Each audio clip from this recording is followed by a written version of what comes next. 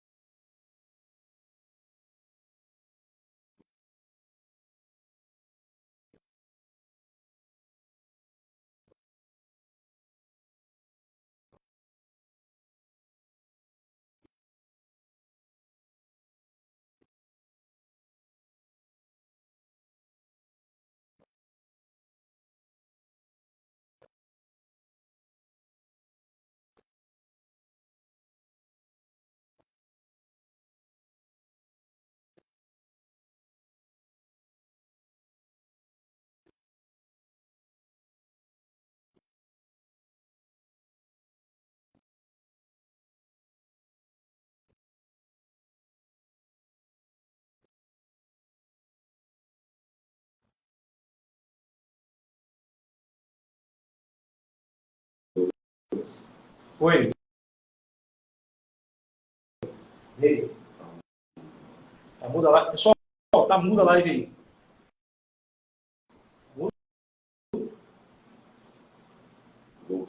Voltou? Show.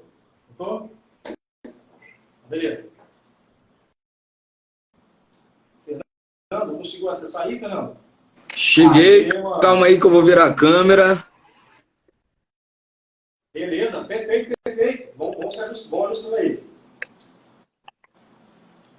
Edinaldo, Serrano. Prontinho.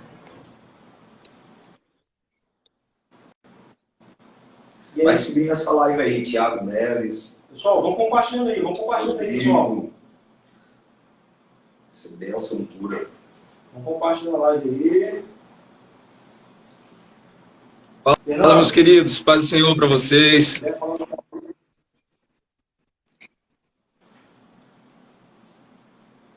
Ó, deixa eu só comentando aqui alguns amigos aqui. Meu amigo Felipe, lá de São Paulo, Deus abençoe a tua vida. Meu amigo Hernani, mano, um abração para você, você é top demais. Meu amigo Ezequias, meu mano, Thiago Neves. Entrou aqui, VT do Corte, seja muito bem-vindo. Renan Marcos, seja muito bem-vindo à nossa live aqui. Vamos passar conteúdos aqui inéditos para vocês, coisas profundas aí com o meu amigo Fernando Silva. O homem está cheio aí para entregar. Nós vamos bater um papo hoje com o amigo William, a Shane Rick, eu acho que é isso mesmo, o Patrick, ó. O Patrick tá aí, ó. O Patrick, se ele entrou, tem que sair, cara. Seja muito bem-vindo, quero uma live contigo. Quero uma live contigo. Pastor Alessandro, meu amigo, pastor Alessandro, amigo do coração, Jader, Deus abençoe a tua vida, meu mano. A Bruna, seja muito bem-vinda. Então, nós vamos trabalhar aqui, o Edinaldo Terto, meu maninho de longe, Deus abençoe a tua vida. Pastor Paulo, pastorzão Paulo, de Portugal. Não, pastor Paulo é pastor de Portugal. Nossa live, vamos fazer nossa live, tá? Vamos para cima. Lucas, seja muito bem-vindo. Pessoal, nós vamos começar aí com a introdução do nosso amigo Fernando Silva. Nós vamos bater um papo sobre o texto de Marcos, capítulo de número 2, a partir do verso 1. E nós vamos bater um papo de forma exaustiva. Entrou o pastor Fagner Freitas, seja muito bem-vindo, meu amigo, seja muito bem-vindo. E quarta-feira tem live, hein, pastor Fagner? Quarta-feira nós estamos juntos na live aí, tá? Entrega tudo. Entregar. Vai sim. Fernando tá aí, só empolgação animada para entregar tudo. Fernando, vamos para cima. Pessoal, vocês estão conseguindo me ouvir aí bem, tranquilo?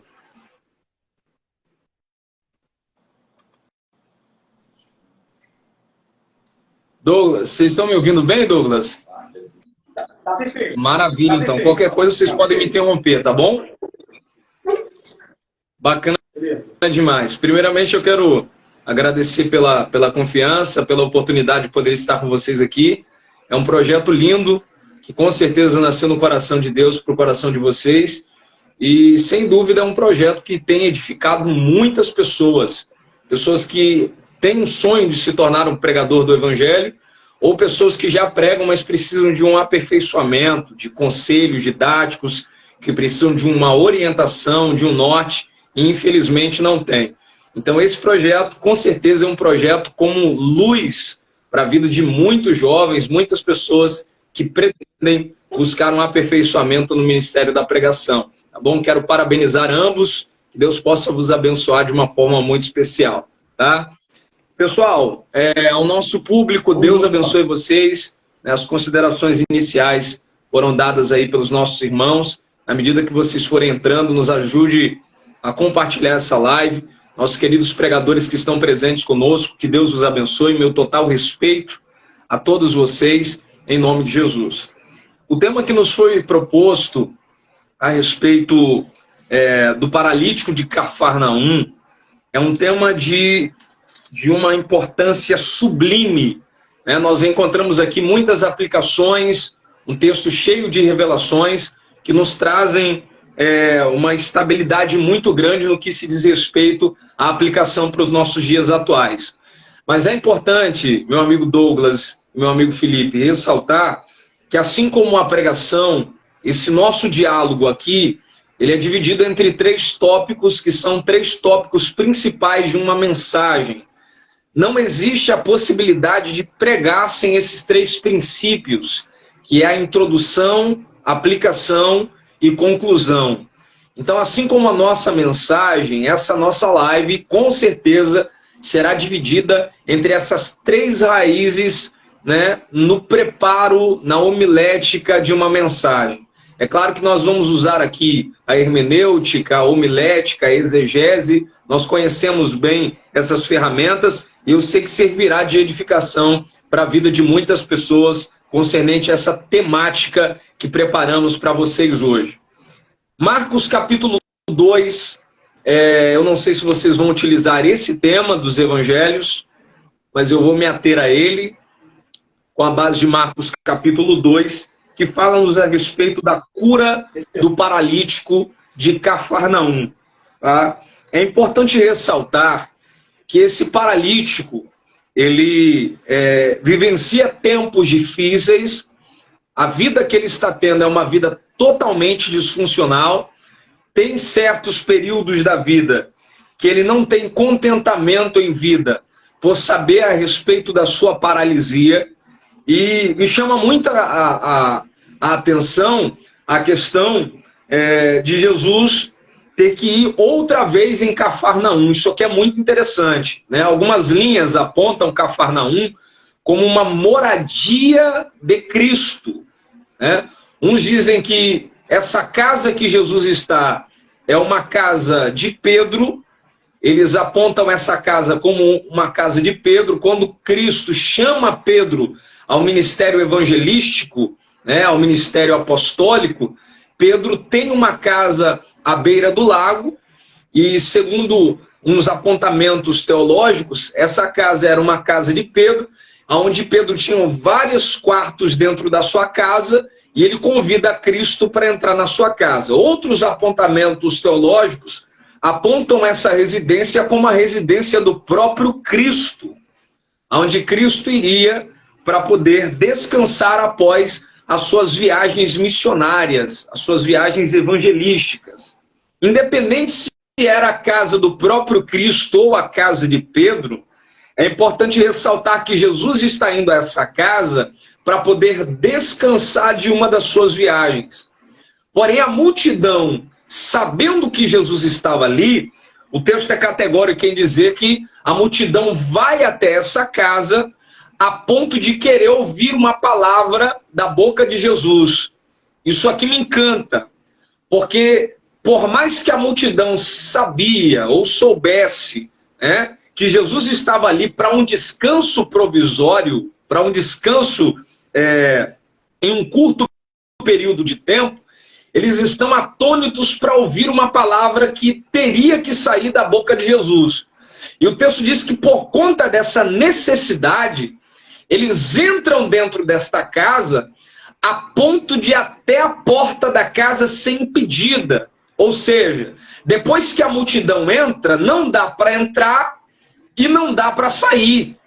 Eu acredito que essa casa tinha tanta gente que não dava para entrar pela janela, não dava para entrar pela porta dos fundos, não dava para entrar pela porta principal, por causa da palavra que Jesus iria pregar. Isso aqui é muito interessante, que o povo vai por causa de Jesus, mas principalmente pela palavra que ele pregava. E a palavra que Cristo pregava era uma palavra cristocêntrica, mas ele usava Deus como referência do seu sermão.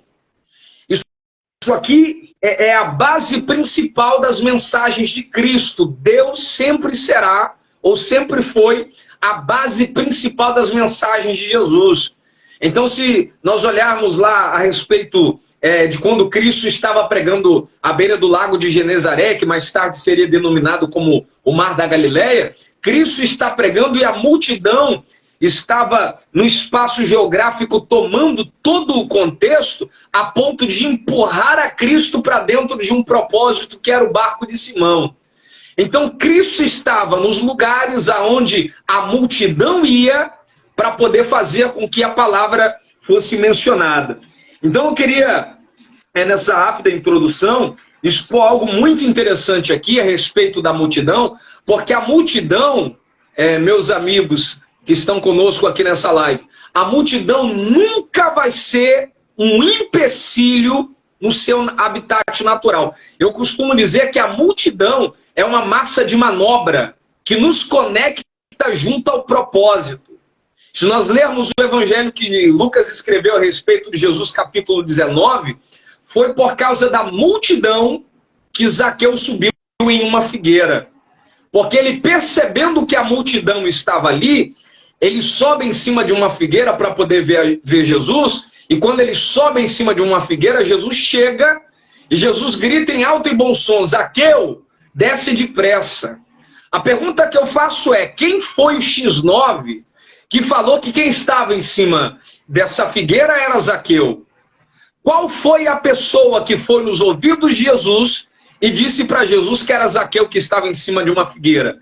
E a palavra de Cristo é: desce depressa, porque hoje me convém pousar em sua casa. Não querendo sair do contexto principal que nós estamos utilizando aqui, mas olha o lindo, é que a figueira, para ser denominada uma figueira brava, ela tinha dois sentidos principais. Primeiro, uma figueira que não produzia frutos. Segundo, uma figueira que produzia espinhos de 10 a 13 centímetros. Suponhamos que essa figueira que Zaqueu subiu é uma figueira que produzia de 10 a 13 centímetros. Então doeu demais para ele subir. E suponhamos que ele subiu devagar. Doeu para ele subir devagar. Jesus chega, percebendo que era Zaqueu que estava ali, Jesus disse a ele: desce depressa. Então, gente, se doeu para subir devagar, imagine para descer depressa. O pensamento de Jesus era mostrar para Zaqueu a respeito da necessidade. Eu costumo dizer que na nossa vida nós temos 3 P's. Primeiro P, processo. Segundo P, propósito. Terceiro P, promessa. A figueira é o processo da vida de Zaqueu. Descer depressa é o propósito. E Jesus entrar dentro da casa de Zaqueu é a promessa. E por que o processo, o propósito e a promessa aconteceu? Pelo simples fato dele ser impulsionado pela multidão para subir nessa figueira. Então, assim como aconteceu, que nós vamos ver aqui mais na frente, a respeito da vida desse paralítico, por conta da multidão que o impediu de entrar, na vida de Zaqueu é exatamente assim. Se não tivesse uma multidão para fazer com que Zaqueu tivesse uma massa de manobra, para ele fazer o que até aquele momento ele não fez, ele não teria subido em uma figueira. E posteriormente, se ele não subisse nessa figueira, ele não teria entrado na história. Então o que eu quero falar para vocês aqui é que a multidão nunca vai ser um ato de empecilho. Se eu tomo a multidão como massa de manobra, ela vai me empurrar para fazer o que até o momento eu não tive a capacidade de fazer. Então, se eu tomo a multidão como massa de manobra, ela me empurra para o processo. Se ela me empurra para o processo, ela me revela o propósito. E se ela me revela o propósito, eu tenho dela a promessa. A multidão é uma massa de manobra que me aproxima daquilo que até o momento eu não fiz. Eu costumo dar uma chave para os meus alunos, eu costumo dizer algo muito interessante. Se eu quero que Deus faça por mim o que Ele nunca fez, eu tenho que fazer por Ele o que eu nunca tive a capacidade de fazer também. Top. Top. Mano, isso que você está trabalhando aí é bem interessante. O pastor Fagner até comentou aqui, Fernando, diz assim, o legal é que independente da casa ser de Pedro ou Jesus, o que o escritor está querendo destacar é a presença de Jesus na casa. Porque a ideia é destacar a presença de Jesus, o que lota a casa é Jesus. E isso é importante se a gente começar no texto. E aí, logo no versículo 1, do capítulo 1, 2, assim, e alguns dias depois entrou outra vez em Cafarnaum. O motivo pelo qual acreditam-se que a casa é de Pedro, e não vai ser a nossa discussão, é porque no capítulo 1 está bem relacionado a essa casa, Jesus está entrando nela, e no capítulo 2 aparece novamente Jesus entrando na casa. Só que para mim o que destaca no texto é que Jesus ele foi a esta casa e retornou para esta casa de novo. Então, se Jesus foi para esta casa e ele volta para esta casa de novo, é porque ele se sentiu muito confortável e à vontade. E lugares que Jesus se sente confortável e à vontade, Jesus sempre volta de novo. Então, é necessário entender que quando ele está em casa e ele fala assim, ó, me trataram tão bem, eu vou voltar para essa casa de novo. E é isso que é importante no período Antigo Oriente Médio. Eles tinham o costume do seguinte, um viajante, ele ia para a casa de uma pessoa, e caso esse viajante fosse para a casa de uma pessoa e gostasse da recepção, gostasse do local, o que ele fazia? Ele pegava um lenço que estava com ele, que geralmente está focado na cabeça, no seu pescoço, e colocava o lenço atrás da porta, dizendo que quando a pessoa olhasse atrás da porta e visse o lenço, eu gostei da casa e eu voltarei novamente. Então é exatamente o que Jesus está dizendo aqui. Jesus diz assim, ó, fui muito bem recebido, então me aguarde, que daqui a pouco eu volto. Então Jesus entra numa casa e sempre se sente confortável. Então, casas onde recebe Jesus bem, ele volta novamente. Quer ver? Você citou o publicano. Isso é importante, porque você citou Zaqueu. Só que Jesus entrou na casa de Zaqueu quantas vezes a Bíblia diz? Uma vez só. Porque Jesus se autoconvidou para entrar na casa dele. E quando Jesus se autoconvida, ele uma vez. Mas quando ele foi na casa de Marta e Maria, Jesus tem acesso à casa. Ele entra e sai, ele entra e sai, ele entra e sai. Porque lugares onde ele é convidado, ele costuma retornar. Que isso? Pode falar, pastor Felipe. O que mais me encanta, né, é a pedagogia que Jesus utiliza aqui. Jesus ele não escolhe o local para poder ensinar.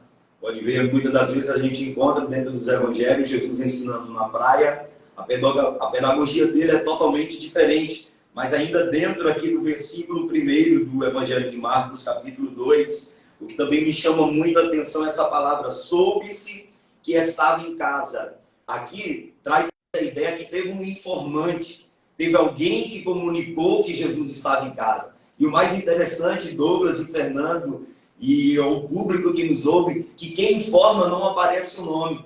Porque muitas das vezes nem sempre quem vai levar o... Isso é sério, hein? Isso é sério. É isso aí. Não, e o pastor Felipe, que é o seguinte, porque o texto é o texto do anônimo. Repara o capítulo 2. A gente está batendo um papo sobre isso, né, pastor Felipe? E o capítulo 2 é o capítulo dos anônimos. Cadê o nome do paralítico? Não tem. Cadê o nome dos 4? Não tem. Cadê? Nem aparece o nome do dono da casa. Por quê? Porque todas essas pessoas que estão no cenário não precisa aparecer nome. Porque quem faz o nome não precisa aparecer. Precisa aparecer a função que ele está fazendo.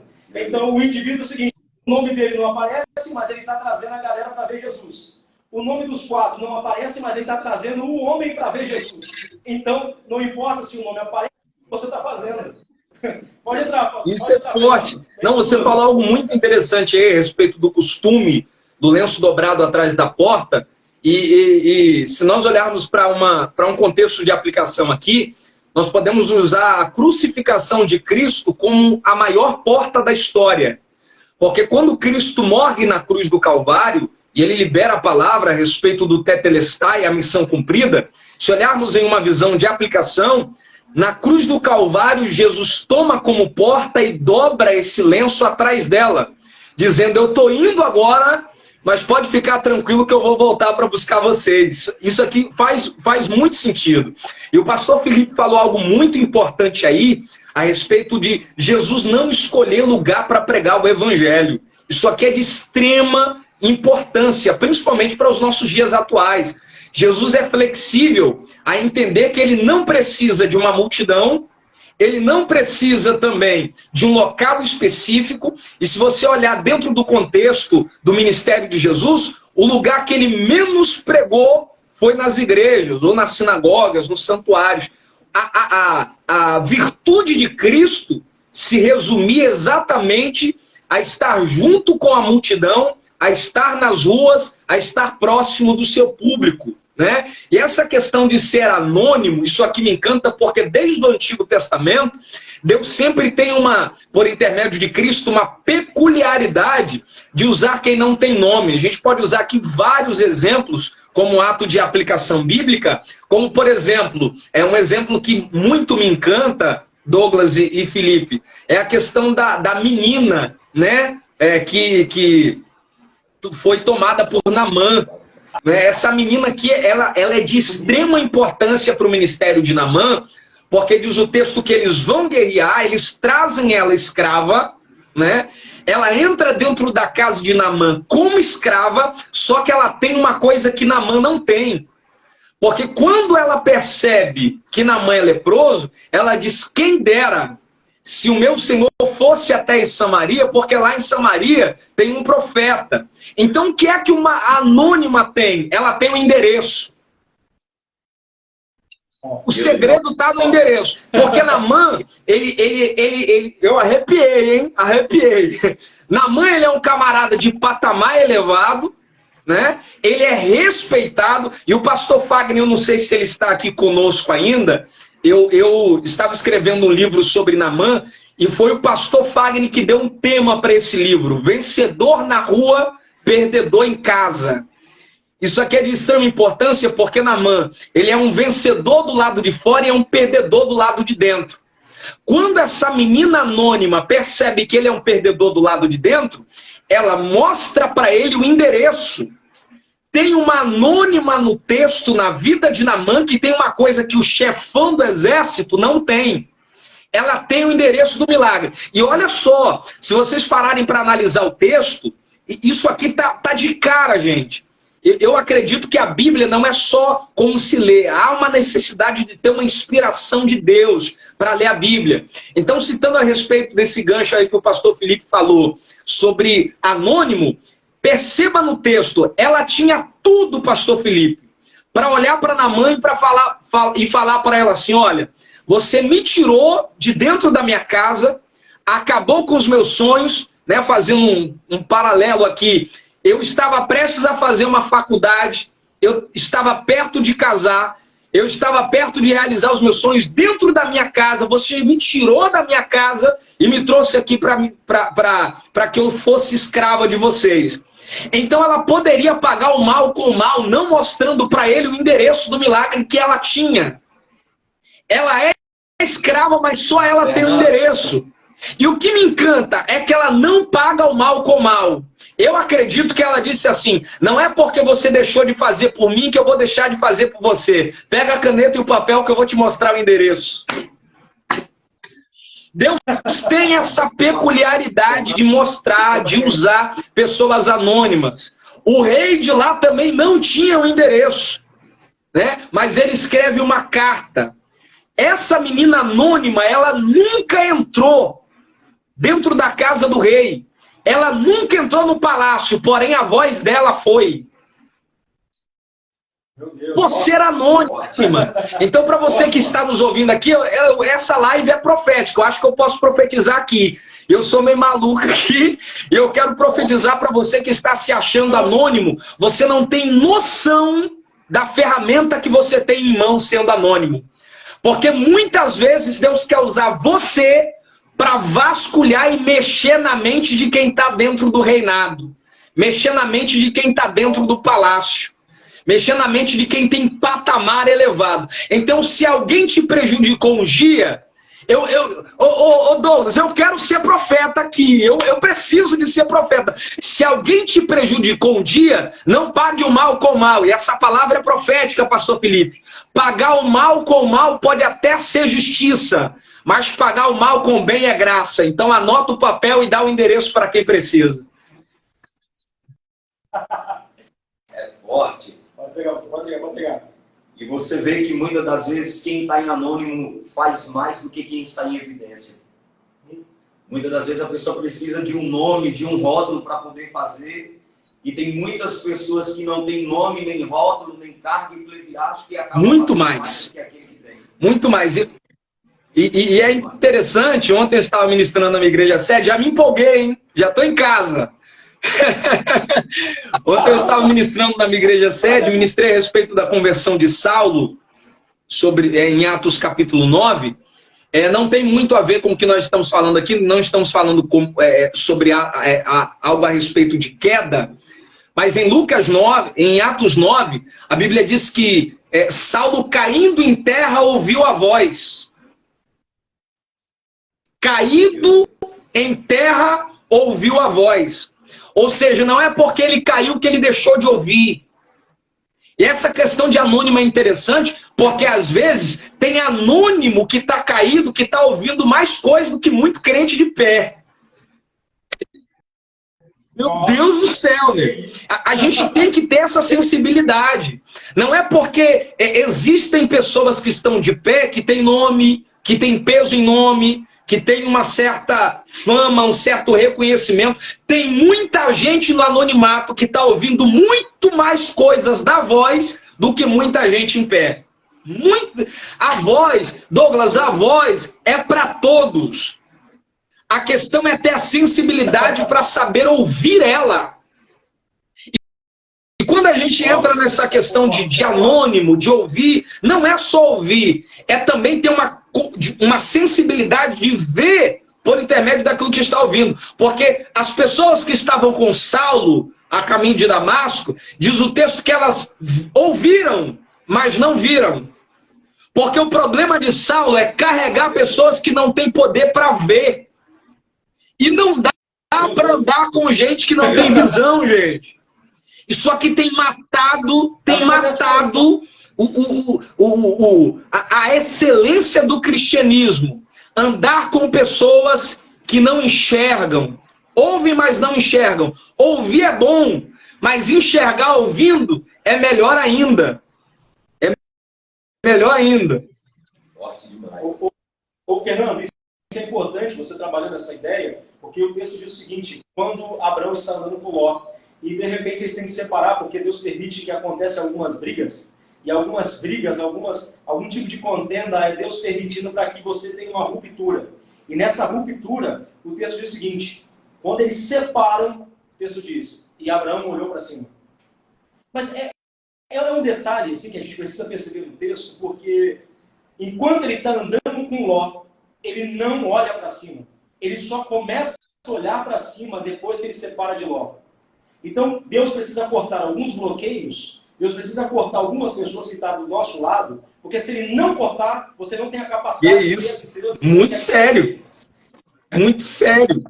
É sério. É preciso cortar. Você percebe que em todo o texto da Bíblia Sagrada, Deus sempre está cortando. Porque se Deus não corta, as coisas não andam. Por exemplo, se você for analisar a palavra Egito, né, que é muito conhecida pela gente, a palavra Egito em hebraico, ela tem uma ligação com a palavra tesoura. Porque o que é o Egito? O Egito é uma tesoura que faz o homem perder a conexão. Então o que Deus faz? Deus faz que uma contenda surge lá no Egito para que Moisés saia para fora. Para quê? Para que a conexão volte. Depois que ele está conectado, ele pode buscar quem está desconectado. Então Deus sempre... Isso é sério, isso é sério. Então, isso é sério. Então, o que Deus vai fazer? Deus às vezes permite uma contenda para fazer você sair do lugar que tem um monte de gente desconectado, para reconectar a ligação. Isso é importante, ô Fernando. E se você for estudar a ideia de altar, e a gente está falando vários textos, isso é muito gostoso, é muito legal, vai fluindo. Então, o que é altar? A palavra altar também tem um sentido de conexão, porque estar perto do altar é ligar a conexão. Então, o que Deus está fazendo? Deus está fazendo o seguinte: vou arrumar um probleminha para você ir no Egito, Moisés, para que você não fique conectado com essas coisas. Porque enquanto você estiver conectado, você perde a conexão comigo. Vou fazer você perder a conexão aí, para me reconectar você aqui em cima. Quando ele é reconectado, quando Deus faz essa ligação, Moisés está pronto e está disposto a entregar alguma coisa. Mas eu creio que, com base no que o Fernando está trabalhando aqui essa noite, Deus. Deus vai cortar a conexão para você estar andando. Deus vai cortar vínculos que não é para você estar perto. Aí você não vai entender, mas por que saiu? Não é saiu, é Deus que cortou. Mas por que deu as costas? É Deu as costas, é Deus que cortou. Então é importante começar a diferenciar, porque a multidão, o texto diz multidão, dá uma ideia de muita gente, é multidão, é muita gente, só que só tem 4 pessoas dispostas. Não importa o quantos andam com você, o que importa é ter 4 pessoas dispostas, percebe? Então é o seguinte, a multidão é grande, mas só tem 4 dispostas a querer fazer uma coisa. Pode falar, Pedro, fica à vontade. Eu vou entregar 2 coisas aqui baseadas no que você falou, e essas lives assim é de suma importância, que a nossa mente, a mente de pregador, eu costumo dizer que tem hora da vida que a gente precisa de ser um artista, a mente voa. E você falando aí a respeito de cortar, de separação, tem 2 textos de suma importância que eu uso com base nessa questão de Deus tirar, né, de poldar, de cortar. O primeiro é Lucas 15:8, a respeito da dracma. Né?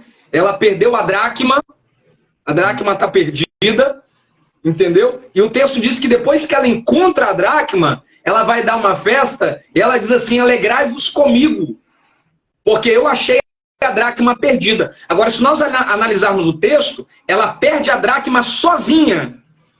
E Deus não permite que ninguém, dentro de um contexto de uma parábola, que nós temos uma visão sobre isso, Deus não permite que ninguém entre dentro da casa dela para ajudar ela a encontrar.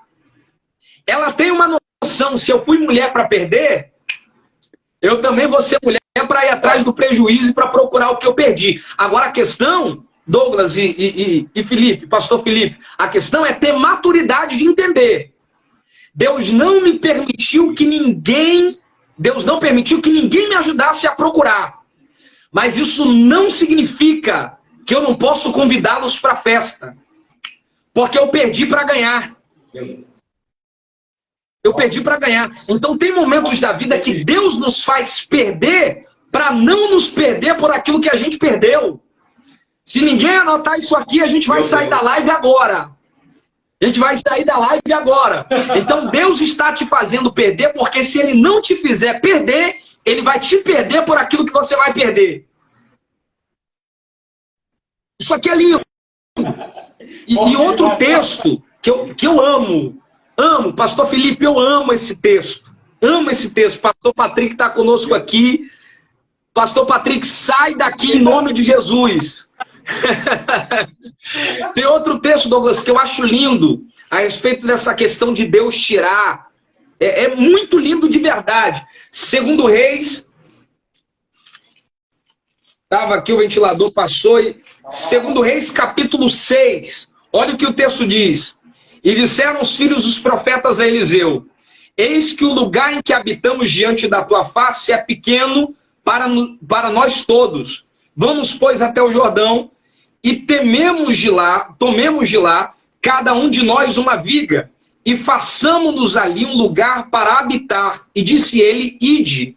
Só que o interessante desse texto aqui é que no capítulo 5 de 2 Reis, capítulo 5, versículo 20, fala de quando Geazi fica leproso. E Geazi é moço de Eliseu nesse contexto do capítulo 6. Eu não sei se vocês vão pegar esse raciocínio aqui, eu digo em questão do nosso público, mas olha o interessante. Quando Geazi fica leproso, ele sai dessa escola de profetas. Correto? Ele sai da escola de profetas. Suponhamos que dentro dessa escola de profeta tem 100 alunos. No total de 100. Vamos fazer uma exegese aqui e colocarmos aqui uma ilustração só para vocês entenderem o meu raciocínio. Vamos colocar que na escola de profetas tem 100 homens. Quando Geazi ficar leproso, sobra 99, sim ou não? Se sobra 99, tem uma vaga, correto? Porém, no versículo 1, os filhos dos profetas vão até Eliseu e dizem assim, olha, o local que nós estamos é pequeno demais. Gente, se Geazi sai, sobra um local. Como é que o local fica pequeno demais se tem uma vaga? A questão aqui é a gente entender o raciocínio. Como Geazi não tem um pingo de espiritualidade para entender sobre princípios, como Geazi não tem liderança para respeitar o líder, Deus tira quem não presta. E quando Deus tira quem não presta, em vez de faltar espaço, em vez de sobrar espaço, melhor dizendo, falta. Porque tem momento da vida que só vai haver crescimento na escola de profetas quando a gente entender que o nosso Geazi, que está com a gente, vai na igreja com a gente, vai na lanchonete com a gente, esse Geazi tem que sair. E quando esse Geazi sair, alguém vai até você e vai falar: Douglas, o local que nós estamos é pequeno demais. Só vai haver crescimento quando quem não presta, Geazi, sair da escola de profetas. Aí o texto diz que Eliseu diz assim: vai, porque Eliseu entende. Quem não presta, saiu. Então quem não presta, já que saiu, tem um lugar aqui, está faltando espaço, vai ter crescimento na escola de profetas, porque quem não era para ficar, ó. Não, Fernando, perceba uma coisa. O Geazi se corrompe na primeira proposta. A primeira vez que ele teve a oportunidade, o que ele está fazendo? Já está se corrompendo. Por quê? Geazi, enquanto está com a galera ali e não tem proposta nenhuma, é filho de profeta, é homem de Deus, é cheio do poder, mas surgiu a primeira proposta, já está leproso. Aí eu vou entrar. Que eu estou atrapalhando até o pastor Felipe falar aqui, gente. Vocês falam, eu gosto de pegar as coisas rápidas, gosto de pegar muito rápido, isso aqui é muito interessante. Segundo Reis, capítulo 4, você falou de proposta aí, isso aqui é muito interessante, porque o que baseia a vida dessa mulher, dessa viúva, é exatamente essa questão de propósito, né? Porque os credores bateram na casa dela e fizeram para ela uma proposta. Qual é a proposta? Me dê os seus filhos. Todos nós conhecemos a respeito da cultura, que os filhos eram vendidos, né? Por conta como mercadoria, para ser pago a dívida e etc. Os credores fizeram para ela uma proposta: me dê os seus filhos. E quando você me der os seus filhos, a dívida vai ser paga, né? Ela pede um tempo, vai até o profeta Eliseu, e o profeta Eliseu, em uma visão, não está no texto, mas fazendo uma exegese bíblica, dentro de uma hermenêutica aqui, eu vejo Eliseu falando assim para ela: se eles te fizeram uma proposta, eu vou te revelar o propósito. Qual é a proposta que eles fizeram? Me dê os seus filhos. E ela pergunta, eu estou pregando, hein? E ela pergunta assim: qual é a proposta que você tem para mim? Pega vasos vazios. Porque já que você não aceitou a proposta, eu vou mostrar para você o propósito. Entra dentro do teu quarto, fecha a tua porta. Fecha a porta para quê? Quem está dentro não sai, quem está fora não entra.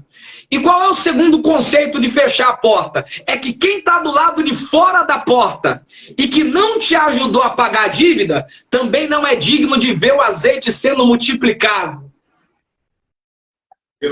Então quem não se ilude por proposta, sempre tem de Deus um propósito. E eu estou para te falar, pastor Felipe, que até Jesus passou por essa escolha, Douglas. Até Jesus, na cruz do Calvário, ele abre os braços, aí tem um ladrão à sua esquerda, que não entende de propósito, mas entende de proposta. Eu estou achando lindo aqui que a gente começou em Marcos 2, a gente já está voando na Bíblia. Mas o ladrão da esquerda não entende de propósito. O ladrão da esquerda faz uma proposta e diz assim para Cristo: se tu és Cristo mesmo, desce daí, salva a ti mesmo e salva nós também. Só que o ladrão da direita entende de propósito. E o ladrão da direita diz assim: ó, lembra-te de mim quando estiveres no meu reino. Jesus olhando para o ladrão da direita disse: hoje ainda estarás comigo no meu paraíso. Então, nem Jesus se safou da escolha. Se Jesus tivesse olhado para a proposta do ladrão da esquerda, nós não estaríamos aqui para falar a respeito do Evangelho. Mas como Jesus não se ilude por proposta e tem da parte de Deus o propósito, ele deixou o ladrão da esquerda de lado, até porque o ladrão da esquerda é um ladrão que está pregado na cruz, do lado de Jesus, mas não foi para onde o ladrão da direita foi. Porque nem todo mundo que está pregado na cruz do lado de Jesus vai para onde a gente vai. Meu Deus. Eu vou deixar vocês falar, porque eu estou falando demais. Eu já até me empolguei. Tá top demais. Tem um detalhe importante, você está falando de proposta e proposta, é o seguinte, que quando Jesus ele vai para ser tentado pelo diabo, o diabo, a proposta dele é o seguinte, ó, transforma essa pedra em pão. Então, se Jesus aceita a proposta, ele vai pegar a pedra, transformar em pão e vai comer o pão. Só que como ele não aceita a proposta, porque ele vive a proposta, quem alimenta são os anjos. Aleluia. Então, quando você não aceita as coisas de baixo, Deus tem coisa de cima para você. E aí o texto diz que foi um banquete, foi uma mesa que ele forrou. Então, diz o seguinte, quem vive de proposta apenas uma vez se alimenta, mas quem vive de propósito tem banquete armado para ele. Se vocês não estiverem anotando isso, sai da live. Pelo amor de Deus. Vem pra cima, vem pra cima. Deixa eu só ler alguns comentários aqui, pessoal. Vocês que estão aí, ajuda compartilhando, vai compartilhando. Aqui não tem bobagem, aqui é informação boa, informação densa, bíblica aqui. Meu Deus. Fernando tá liberando. Fernando aqui tá. Eu gosto.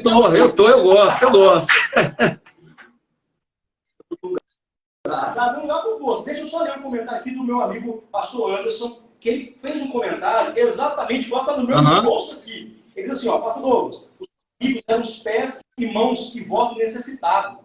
E o mesmo, diante da urgência do paralítico, ninguém deu espaço ou abriu uma porta para que ele entrasse e tivesse uma oportunidade. Olha que detalhe importante que ele tocou aqui. Aí deixa eu só ler aqui, que aí depois a gente continuar falando. O Aires, ó, a palavra que Jesus anuncia na casa era rema ou logos? É logos. A expressão grega é logos. Porque ele é a própria palavra, ele anuncia ele fala dele, ele apresenta ele. Entende? Aí, olha que importante a gente começar a pensar nesses detalhes. Vamos lá rapidinho pro texto. E depois a gente... Vamos. Vamos. Posso quer falar alguma coisa? Quer comentar alguma coisa? Vou dar continuidade, tô me alimentando. Então vamos lá. Não, eu gosto de Fernando tá demais. Tá vamos. Tá bom demais, Fernando. Vamos pra cima. E logo se ajuntaram tantos. Que aí a gente viu a questão do anônimo. O anônimo é apresentado, né? Ele vai anunciar. Beleza. Primeiro ponto aqui nesse texto. Quem nem ainda nos lugares junto à porta cabiam e anunciavam a palavra.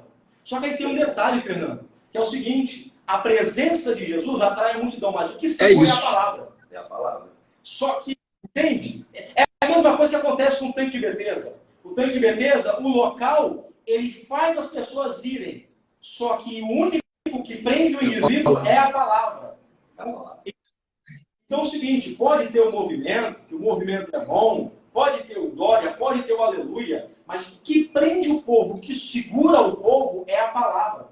E aí o texto deixa bem claro assim, ó, e não podendo aproximar-se dele por causa da multidão. É um detalhe importante, que a multidão quer tanto ouvir a palavra, que ela não vê quem está mais necessitado que ela. Sério? Olha que detalhe. Ela é o seguinte, um monte de gente lá, que ele está, eu quero a minha bênção e deixa para lá quem aí está quebrado. E o indivíduo está ali fora quebrado. Daí o indivíduo está impossibilitado de entrar. Só que ela está tão preocupada com ele, mas meu Deus. Acesso. Aí, porque assim, às vezes a gente tem esse costume, né? Porque a gente quer que a bênção seja para a gente, que o milagre seja para nós, só que não percebemos quem está quebrado. E aí tem um detalhe. Quando tiver gente quebrado, Deus vai levantar gente que sejam pés para ajudar a caminhar quem não consegue caminhar. Então é o seguinte, pode falar sobre isso. Aí diz assim, ó, e vieram ter com ele conduzido um paralítico, trazido por quatro. Isso é, olha que detalhe. E vieram ter com ele conduzido um paralítico. Isso é, eles já vieram para a reunião com o paralítico. O paralítico não foi encontrar na reunião. Eles disseram assim, ó, se Jesus está lá, uma coisa eu sei, tem palavra e também tem cura. Então já vou levar ele. Só que eles percebem, como não dá para entrar aqui, porque a casa é pequena, geralmente as casas, o Fernando levantou uma hipótese importante, a questão da casa ter espaços, mas há também casas, né, no Antigo Oriente Próximo que eram pequenas, e essas casas eram pequenas, e às vezes tinha uma pequena porta, e tinha às vezes uma janela com uma circunferência de 50 centímetros, muito pequena. Então, as pessoas ao entrarem a casa, rapidamente encheria a casa. A casa está cheia. Então, como a casa está cheia, tem uma outra possibilidade. Qual é a outra possibilidade? A possibilidade é ir por cima. Então, o que eles vão fazer? Eles vão utilizar uma escada, que geralmente nas casas antigas tinha uma escada, e a escada de acesso para que você faça a manutenção do telhado. E porque os telhados eram feitos manutenção constantemente por causa da chuva. E aí tem um detalhe que a gente precisa dar valor a ele, que é o seguinte: para que serviam esses telhados? Esse telhado servia para descanso. Esse telhado geralmente servia para fazer anúncios. Os telhados geralmente serviam para secar o trigo, secar as uvas. Porque você fazia uvas passas. Então, você usava para vários... porque ele está aqui... Eu estou vendo que ele chega a estar tremendo, né? Tem muita coisa aí. Então, esses telhados serviam para várias coisas. Só que, nesse dia, a função do telhado mudou, porque eles precisam procurar um local. E quem quer ajudar, Fernando? Eles sempre procuram uma forma.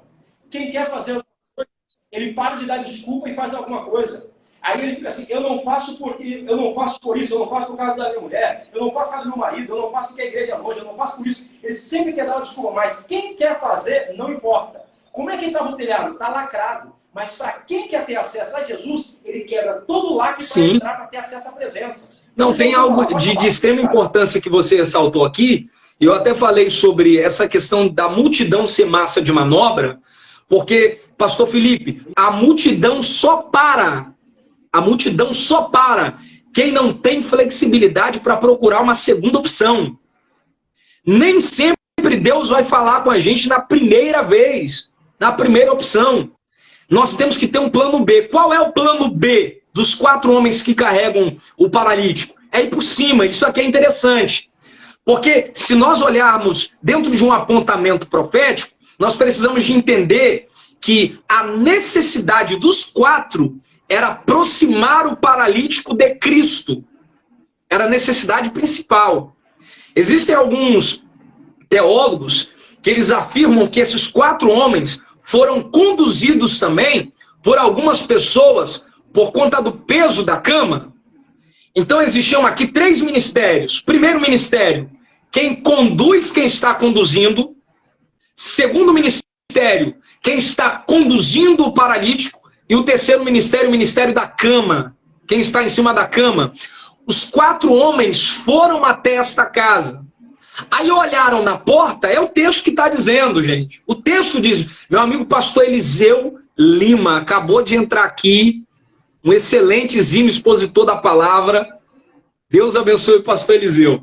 Então, meus amigos, o texto diz que a multidão era tão grande que tinha gente na porta. Agora pensa comigo, pastor Douglas e pastor Felipe. Quando os 4 chegaram ali, se fossem 4 homens sem maturidade e sem força de vontade de ajudar, porque tem gente que até ajuda, só que chegando na porta, olhando na multidão, deixa a gente na cama, na beira da porta e fala bem assim: a gente trouxe até aqui, agora você se vira. Eu vou ser profeta, eu não tô nem aí. Meu Deus. Chega até a porta e diz assim: olha, eu já fiz o que era para eu poder fazer. Te trouxe de onde você estava até aqui. Só que os 4 homens têm propósito. Qual é o propósito? Eu só vou parar de te ajudar quando eu deixar você na frente de Jesus.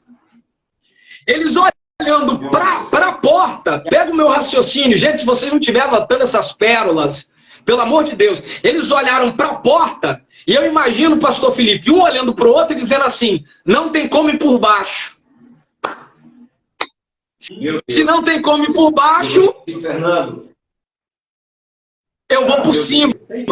Isso aqui me encanta, porque como eu disse, eu vou bater na tecla. A multidão é uma massa de manobra. Quem bate de frente com a multidão e paralisa, perde o propósito. Se eu tomo a minha dificuldade como massa de manobra, eu vou usar tudo que eu tenho para sair dessa situação. Então os 4 olharam para a porta e disseram assim: não tem como ir por baixo. O que a gente vai fazer agora? Vai deixar ele aqui? Negativo. A gente só para na hora que deixarmos ele na frente de Jesus. O que a gente vai fazer? Vamos por cima. Agora é interessante demais que a mulher do fluxo de sangue, quando ela olha de cima e vê a multidão, ela diz: não tem como ir por cima. Então o que eu vou fazer? Eu vou por baixo. E é o texto que diz: ela toca na orla.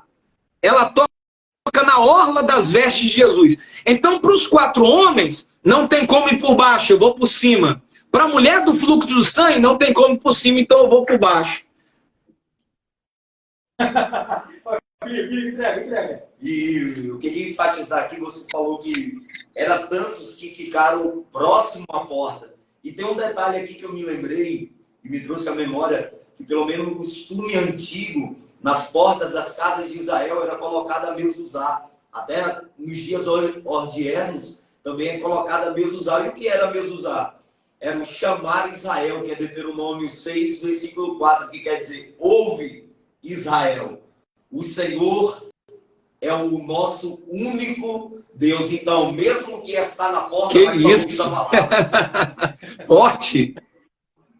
E é importante, porque a gente percebe o seguinte, são 4, e o Hernani até tinha comentado, que é um comentário do São Jerônimo. São Jerônimo foi importante pai da igreja do século IV. Esse pai da igreja, ele é o que traduz o texto para a Vulgata Latina, que a gente chama de Vulgata Latina, que é o texto em latim, para facilitar, por isso que o termo Vulgata, para que toda a população conhecesse. E São Jerônimo, ele dá o nome a esses 4. Ele dá o nome a esses 4 porque faz todo sentido com o capítulo 1. Porque o capítulo 2 está extremamente amarrado ao capítulo 1. Então, se a gente amarrar o capítulo 2 e o capítulo 1, a gente percebe que há uma possibilidade muito grande da casa de Pedro. Mas não é essa questão aqui. Se a gente amarrar o capítulo 1, a gente percebe que são 4 novos discípulos de Jesus arruma. Quais são esses 4? Primeiro discípulo de Jesus arruma o discípulo Pedro. Jesus chama Pedro. E aí, se de fato for isso é uma hipótese, tá? Isso é uma teoria, a partir de um grande pai da igreja, que deixou um grande legado. Se de fato é Pedro, a gente percebe que com quem é que esse homem paralítico está andando? Esse homem está andando com Pedro. E a expressão, a palavra Pedro, em grego, é Petros. E Petros significa o quê? Significa rocha, pedra. Então, a primeira ideia que ele está trazendo é o tipo de amizade que ele tem. Gente como Pedro, gente que é firme. Ele é quebrado, mas anda com gente firme. Ele está machucado, mas anda com gente firme. Então, a gente precisa de soluções, porque não é porque ele está quebrado, claro, que ele está com gente quebrada. Não é porque ele está fraco, tem que andar com gente, porque ele desvia mais ainda. E a gente percebe o seguinte, que o próximo, que é André, segundo São Jerônimo, o segundo rapaz que está junto com ele é André. E o nome André vem do grego que é andros, que significa homem. Isto é, a ideia de homem aqui é a ideia de alguém que tem palavra, a ideia de alguém que fala e cumpre com aquilo que faz. Davi chega para Salomão e diz assim, Salomão, quando você for reinar, ser tu homem. O que é ser tu homem aqui? Tenha a palavra, cumpra os propósitos. Então, é um homem quebrado, é um homem machucado, está na maca, mas está andando com gente que tem palavra, gente que tem lei, gente que cumpre o que diz. Vamos pro próximo. O terceiro, segundo São Jerônimo, é o Tiago. O que significa a palavra Tiago? A palavra Tiago é uma palavra que ela está ligada com a palavra Iacov, que é Jacó. Tiago é Jacó em hebraico, é Iacov. E o que significa Jacó? Significa agarrador de calcanhar. Não é suplantador, é agarrador de calcanhar. É uma pessoa que quando tem alguma coisa que ele possa pegar, ele possa agarrar, ele segura e não deixa passar. Então o homem está quebrado, está machucado, está ferido, mas com quem está andando? Está andando com gente que agarra. Quando a oportunidade vem, ele segura e não deixa passar. E aí, tem um outro detalhe, que é o seguinte, segundo São Jerônimo, o quarto amigo é João. E João é um termo que é importante, que significa o quê? Cheio de graça ou agraciado por Deus. Eu posso estar ferido, machucado, mas ando com gente que é estruturado, ando com gente que tem palavra, ando com gente que agarra propósito. E quarto, eu ando com gente que é agraciada pelo divino. Então é o seguinte, a nossa vida não define com quem a gente anda. A gente precisa aprender a selecionar. Se eu sou fraco, ando com forte. Se eu sou machucado, ando com gente que pode me dar ajuda quando eu preciso. Porque aí você percebe que às vezes o problema nosso é o seguinte, é só vir uma fraqueza que a gente começa a andar com gente fraca. É só vir alguma coisa que a gente começa a andar com gente ruim. E por isso que a vida desanda. Por isso que a vida cai. Então o que esse homem está nos ensinando? Que mesmo quebrado, mesmo sem ter poder de andar, mas com quem é que eu vou me juntar? Vou me juntar com gente que me aproxima de Jesus. Vou me juntar com quem tira da multidão e me aproxima de Jesus. Pode entregar. Pastor Felipe, não quer falar nada? Tá demais. Douglas, você citou aí algo muito importante dentro desse contexto aí, né, da possibilidade dos 4 homens. Essa questão de companhia, de ser seletivo, o maior ensinador dessa questão de ser seletivo foi Cristo, né? Primeiro, Cristo selecionou pessoas que tinham capacidade da facilidade do preparo. Porque andar com gente despreparada é um problema. É um problema. Nós temos um exemplo muito lindo de Daniel. Né? Daniel, Ananias, Misael e Azarias ali, Sadraque, Mesaque e Abednego. Porque, segundo a história, esses 4 eles faziam parte da escola em Jerusalém, eles estudavam muito em Jerusalém. Eles tinham essa concepção. Aí a questão é, quando trouxeram eles para a Babilônia, né, que fizeram ali aquela seletividade, pegaram exatamente os 4, só que foram milhares e milhares de pessoas. Porém, só os 4 foram selecionados para entrar no palácio. Por quê? Por conta do preparo. Ou seja, quem se prepara entra no palácio, quem não se prepara fica quebrando pedra na Babilônia. É questão de preparo, andar com quem está preparado. Lembra de quando Abraão pega Isaac e vai sacrificar? Né? Ele chega no pé do monte, olha para os seus serviçais e diz assim para eles, olha, vocês vão ficar aqui cuidando da jumenta e eu vou subir com o menino. E tendo sacrificado, tornaremos a vós. Aí o texto diz que Abraão pega a lenha, coloca nas costas de Isaac e sobe. O que é que eles vão fazer lá? Sacrificar. Então Abraão está andando com pessoas despreparadas. Por mais que são serviçais, são despreparados. Porque se tivessem preparadas, subia com ele. E qual é a questão? Quem é o único preparado que está andando com Abraão? Isaac. Porque ele tem a lenha é sinônimo de oração. Então Isaac tem oração. Quem tem lenha sobe para o sacrifício. Quem não tem preparo fica no pé do monte cuidando de jumenta.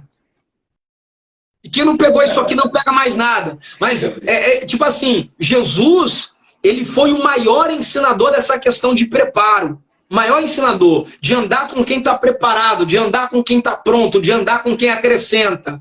Jesus teve 12 discípulos, né? Mas tinha lugar que só entrava 3. Jesus entra dentro da casa da sogra de Pedro, só entra Pedro, Tiago e João.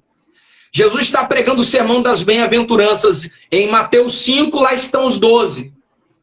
Jesus entra dentro da casa de Zaqueu, só entra Pedro, Tiago e João. Né? Jesus está pregando à beira do lago de Genezaré, lá estão os 12. Jesus não é exclusivista, Jesus é prudente. Porque a cada 12 amigos que nós temos, só 3 está preparado para ver o que a gente vai ver. É por isso que os 12 sobem, mas para ir além com Cristo, né, como o pastor Fagner diz, para ir além com Cristo só vai 3. Porque dentro de uma concepção de seguidor, de discípulo, de pessoas que estão conosco, a cada 12 amigos que nós temos, tem um que é Judas. E às vezes não é um, às vezes é a maioria, porque para atrair tem um monte. Mas a seletividade não pode partir deles, tem que partir da gente. E essa seletividade de partir da gente é entender que nem todo mundo está pronto para ver o que a gente está pronto para ver. E quando a gente faz uma seletividade errada, nós atraímos para dentro do nosso contexto de vida pessoas totalmente disfuncionais. Aí a gente está vendo o céu aberto e a pessoa está na mente da pedra, como Estevão. Né? Tem gente que só está vendo a pedra sendo tacada, mas Estevão já está vendo o céu aberto há muito tempo. Então, quem tem mente na pedra não vê céu aberto, não vê céu aberto. Então, para quem está nos ouvindo aqui, nós temos que ser seletivos. Com Jesus nós aprendemos, tem lugar que cabe 12, mas tem lugar que só cabe 3. Nossa, tá. E aqui eu queria só pontuar algo aqui também rápido. A multidão era grande, mas porém Jesus ele tinha os 12, porque a multidão era seguidor. E tem um detalhe, seguidor, na hora que ele quer parar de te seguir, ele vai lá e para de te seguir, pronto. Mas discípulo não. Ele vai contigo, se for igual o João, vai contigo até o Calvário. Isso. É forte, muito forte. O Reginaldo colocou aqui, ó. As qualidades dos 4 são primordiais para se levar a marca e não derrubar. Ande com pessoas que têm capacidade de te levar quando não pode andar. Olha isso aqui, Fernando. Olha isso aqui. Ninguém atrás. Isso é importante, e já são 23 horas e 2 minutos e a galera está aqui com a gente, mas nós vamos ter que fazer... Tem que fazer. Parte 2, tá, Fernando? Pessoal, vocês que estão aí, ó, compartilha aí, ajuda compartilhando, vai lá, quem está seguindo o perfil do Momento Sabedoria, seguindo o pastor Felipe, segue o Fernando, e aí vão para cima, porque a gente vai fazer mais trabalho juntos aí, vai ser bênção. E tem um detalhe, Fernando, que é o seguinte, 2 coisas se tornam inúteis nesse texto. Primeira coisa, as cordas que desceram ele, segundo, e a maca que levou ele. Então 2 coisas vão se tornar inúteis. Porque aquilo só é útil enquanto ele estava precisando daquilo ali. Então, o que vai acontecer nesse texto? E essa ideia de maca essa ideia de cama era muito comum acontecer nos povos. Você vai ver que o homem lá do tanque de Betesda, ele também tem uma maca. O que se fazia com essas macas? Por que Jesus manda eles assim, ó, leva essa cama embora? Por que ele manda fazer isso aí? Porque era comum, dentro do ritual, que você tinha que ir para o sacerdote quando você tinha alguma deficiência. Então o sacerdote tirava você, você não tem direito de ficar no meio do arraial, não tem direito de ficar no meio da galera. Então você é tirado. O que eles faziam então? Você recebia essa maca, porque essa maca é o que vai te levar e vai te transportar para onde você precisa. É uma identidade que você tem. Quem está ali, você sabe que está quebrado. Quem está ali, você sabe que está destruído. Mas há um comentarista chamado Burns, e ele comenta o seguinte: por que Jesus sempre manda levar a maca? Porque quando você era curado, você tinha que ir até o sacerdote e contar que você foi curado. E o que você fazia? Ia fora da cidade e é hora de rasgar a maca. Ele diz o seguinte, ó, você faz o quê? Você é curado agora, mas leva a maca para mostrar para o sacerdote que disse que você nunca ia andar e agora você está andando. É muito sério. É muito sério. Deus está dizendo, não é para jogar a maca fora. A maca é para você levar, para você mostrar para eles que disseram que você nunca ia andar, nunca ia ter capacidade de andar, que agora você está andando e está carregando aquilo que te carregava. Então, aquilo que te carregava... Que isso? Muito forte. É muito forte. Vai lá, mano. Pastor Felipe, fica à vontade. Quer falar? Ô, Fernando, se você quiser, a gente já vai conversando com a galera aqui. A gente já marca uma live 2, tá? Já marca a live 2.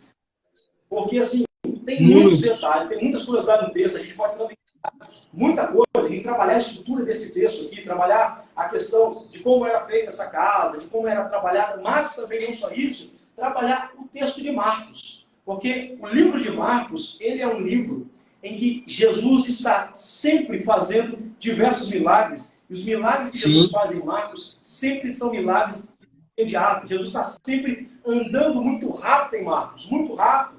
Tanto é que o termo grego eutis é um termo que aparece muito, porque imediatamente ele foi, e logo ele foi. Sempre Jesus está numa correria. É como se o evangelho de Marcos fosse o evangelho da correria. É o evangelho do imediato. Jesus saindo de forma imediata. A multidão se apresenta de forma imediata a Jesus. Só que aí, a gente precisa ir trabalhando isso com o tempo, ir trabalhando isso aí. E para fazer uma série de lives só sobre o texto de Marcos. Eu vou deixar aqui são minhas palavras finais, pessoal. Você que entrou aí, compartilha a live.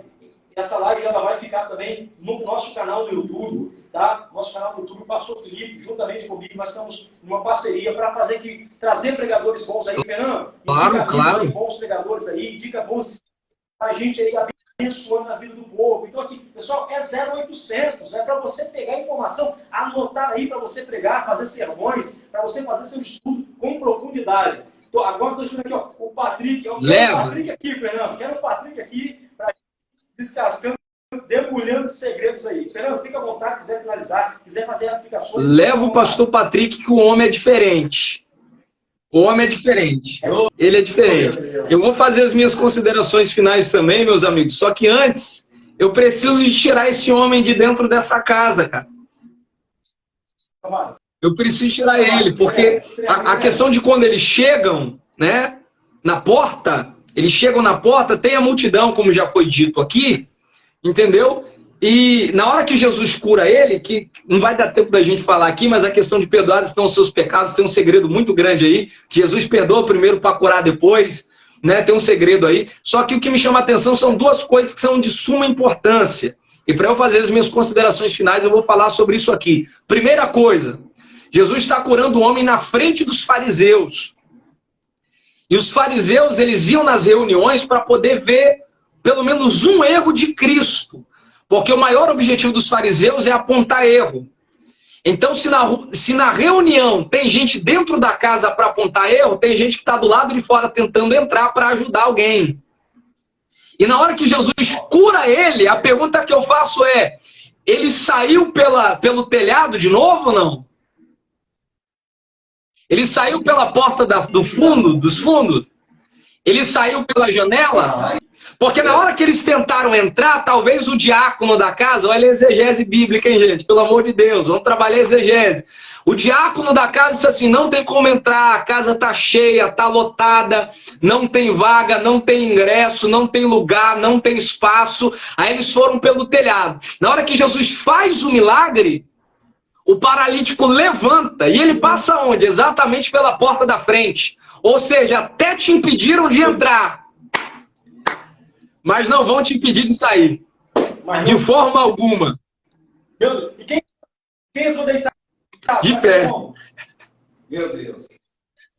É muito forte. Gente, a gente precisa de fazer uma live 2, trazer alguns pontos históricos, alguns pontos teológicos, algumas culturas, né, que se expressa dentro desse texto aqui, e eu sei que vai ser de grande valia. Eu quero voltar aqui rapidinho, se vocês me permitem, mandar um alô pro... Tem vários amigos que entraram aqui. Essa foi a primeira vez que eu consegui fazer uma live sem interromper para poder conversar com o pessoal. Volta e meia, quando eu faço live, eu sou muito... Gente, eu sou muito devagar com rede social. Muito devagar mesmo. Eu sou muito da roça para essas coisas. Tem coisas que eu não sei nem fazer ainda. Né? É minha esposa que me ensina.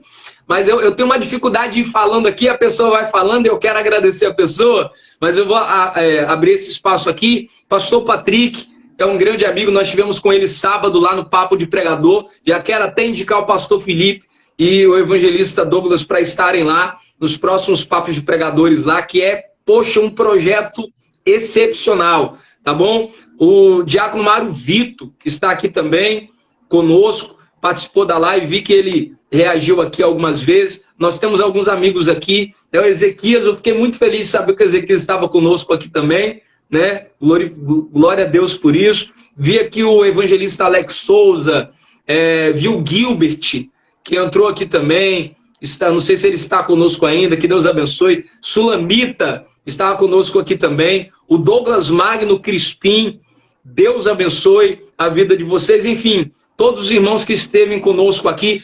Agora entrou o homem, pastor Edson Lourenço, eu indico esse homem, evangelista Douglas, pastor Felipe, próximas lives, pastor Edson Lourenço, pastor presidente da Labareda de Fogo, estive com ele no último dia 4, pensa no homem, ele chama a gente de biblioteca ambulante. Se você vê a biblioteca desse homem, eu já falei com ele que eu quero ir lá na casa dele, eu preciso ir lá na casa dele sem ele estar lá. Assim, ele me dá a chave da casa dele e fala, Fernando, fica lá em casa 10 minutos, que quando ele voltar não vai sobrar um livro. Eu vou pegar... eu vou pegar tudo. Mas louvado seja Deus pela vida de todos os irmãos que estiveram conosco. Douglas, muito obrigado pelo convite. Pastor Felipe, uma satisfação imensa estar com vocês novamente. Tá bom? Nas próximas, se não estiver aqui, eu vou estar acompanhando, com certeza, compartilhando, já mandando o link aí para os nossos alunos, e o nome do Senhor será glorificado, tá bom? Que Deus abençoe vocês. Minhas ponderações finais, eu vi que aqui tem muitos amigos em comum de ambos os lados, tanto do Douglas, do Fernando. Prestar minha gratidão a cada um de vocês, que Deus possa abençoar vocês de uma forma poderosa. E eu tenho certeza que a cada live só tá uma pontinha do iceberg, vai ser algo muito maravilhoso. Temos projetos aí bacanas ainda para fechar esse ano, tá? Assim que a gente concluir o evangelista Fernando Silva, assim que a gente concluir o ambiente, que ainda estamos organizando algumas coisas, você também dará aqui presente. Maravilha, vai ser uma honra. Receber, tá? Café, aquele cappuccino. Com certeza. E aos demais, que Deus abençoe todos em nome de Jesus. Queridos, então assim, eu não quis delongar mais a live, porque são 23h12 já, e o pessoal vai trabalhar amanhã, todos nós vamos trabalhar amanhã, mas eu quero que a gente esteja nessa mesma pegada aí, vocês acompanhem a gente, quiser seguir lá o canal Momento de Sabedoria e a nossa página, para a gente cada vez crescer mais em informação, em conhecimento. Já vou marcar com o Fernando, na nossa próxima live. Já tem o Patrick aqui, tem o pastor Edson. Então, já vou mandar mensagem para o senhor aí, para a gente já marcar uma live contigo, vai ser bênção. Todos vocês, meus amigos que entraram aqui, meu amigo Anderson do Carmo, professor de filosofia, camarada é fera demais, Deus abençoe vocês. Todos vocês que entraram, um grande abraço mesmo, um grande abraço. Tem uma galera entrando ainda. E detalhe, até final do ano, no início de janeiro, vai ter o sorteio de uma Bíblia de estudo, tá, gente? É isso aí, nós vamos sortear a Bíblia de estudo aí. Fernando, quando lançar o livro, você vai pegar uns 3 aí para sortear aqui. Quando lançar o livro, vai pegar uns 3 aqui para abençoar a galera. Hoje já foi mandado lá para o Maranhão, que é uma seguidora lá do Maranhão, ela ganhou o livro e já foi mandado hoje. Então, assim, a gente sempre vai estar fazendo isso, vai estar sempre fazendo sorteio, sempre chamando vocês aí para estar somando a vida da gente. Fernando, mais uma vez, muito obrigado. É uma honra muito grande, uma honra muito grande podermos somar juntos. Então, já fica aí o convite para a nossa próxima live. Pessoal, um grande abraço, fique com Deus. Você que não compartilhou, compartilha aí, abençoa vidas. Você que não viu, veja essa live para ser abençoado. Altas aplicações. Fernando resolveu. Hoje foi. Hoje foi. E outra, eu anotei, hein? Ó, aqui, ó. Tem uma chave aqui que o pastor Felipe me deu. Pastor Felipe me deu uma chave aqui terrível. Terrível. E outra coisa, Douglas, eu acredito que em fevereiro vai ter mais um EMP. O evangelista Fábio Rodrigues estava aqui, eu não sei se está ainda. Escola de Ministro da Palavra, um evento que nós estamos desenvolvendo no Centro Empresarial do Shopping Mochuara, em Cariacica. Fizemos o primeiro, né? Lecionamos homilética e hermenêutica, foi um sucesso. Mais de 35 pessoas tiveram conosco lá. E claro que eu vou convidar vocês para estar conosco também, tá bom? Quando vocês estiverem com tudo pronto aí, tá? Quando eu for com vocês, nós vamos sortear uma matrícula totalmente gratuito, tá bom? Eu vou me disponibilizar para isso. Nós vamos disponibilizar uma matrícula, uma vaga no nosso EMP, que é um evento totalmente privado, onde nós temos lá um coffee break bacana, a apostila, né, o certificado, a gente dá um data show, um ambiente totalmente climatizado, bacana. Nós vamos disponibilizar uma matrícula 100% gratuita para essa pessoa, com tudo incluso, para a glória do nome do Senhor, e vai ser uma benção. Então, você que está nos assistindo, eu tô pasmo, Douglas, que tem muita gente entrando. Tem muita gente. Não, eu tô assustado. Tem muita gente entrando. Então, você que está entrando aí, tá bom? Acompanhe aí o Momento de Sabedoria, o pastor Felipe. Ô Douglas, o seu Instagram você vinculou com o Momento de Sabedoria? Isso. O meu Instagram é isso aí. É o Momento de Sabedoria, Sabedocast, né? Porque agora é uma mistura da página com o Futuro Podcast que nós estamos trabalhando. Então, assim, o pessoal vai seguindo aí pode seguir o pastor Felipe, mas o pastor Felipe também está ingressado no Momento de Sabedoria. Maravilha. Então, pessoal, vocês que estão entrando agora, infelizmente, não pegaram as pérolas aqui que esses homens de Deus liberaram, mas você tem a oportunidade de posteriormente pegar, tá bom? Já segue eles, tá? Para vocês ficarem por dentro das publicações. Eu acompanho aqui as postagens diárias de curiosidades bíblicas, vídeos, devocionais. Acompanhe eles para vocês ficarem por dentro. Próxima live, pelo amor de Deus, se for 10 da noite, 9, 8, enfim, acompanhe, compartilhe, tá bom? Fique por dentro de tudo aquilo que será exposto. Nós acreditamos em uma aliança muito forte aí para nós auxiliarmos essa galera aí a entender um pouco a respeito da palavra. Eu acredito que o melhor professor é aquele que aprende ensinando. Eu acredito que nós três fizemos isso aqui. Aprendemos ensinando para a glória de Deus. Deus abençoe vocês. Foi uma honra muito grande. Grande abraço, pessoal. Deus abençoe. Com Deus, gente. Com Deus.